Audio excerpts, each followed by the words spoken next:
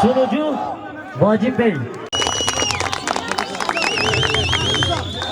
براستی ایرو خمگینی کشی دل مداهیه او خمگینی امجی بجنا خل بر سالی مسلمو توی شورش کبالوی شورشگر تباهی ام بجنا خود توینن لی خمگینی جیامه آگره نوروز جیامه آگره نوروز آگره آشتیه بروی مج آگره نوروز ایرو بلند کرد ادی ثابت دل و جان و همویا سلاف دکم هم بسر جواب سر سراحاتنا کل جانیا خنشتینم بلی کل جانی برح جوانی و ام بر قادم خابی توی بمشن بشی گله کرد بشی آزادی بلی سر کفتن.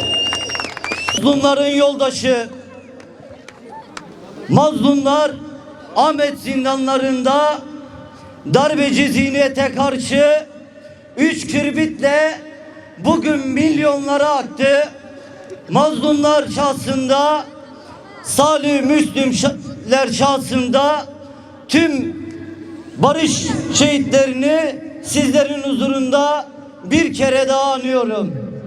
O gurbe Babi velat, o gurbe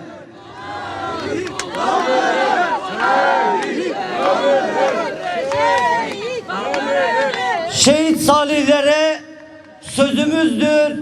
Bu topraklara her şeye rağmen, herkese rağmen onurlu, eşit, adil bir barış gelecektir. Şehit salihlere şehit mazlumlara sözümüzdür.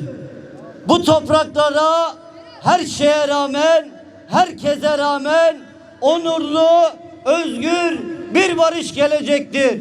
Bunun mücadelesini sonuna kadar siz onurlu halkımızla vereceğimizin sözünü veriyoruz. Şubo ve Nevruz her dem Mazlum Doğan, Kavay Demirkar, Oyro Müslüm Eval, o tamamı tekoşera dema xwede şubo miroviya insaniyete dise Nevroza tiniçi.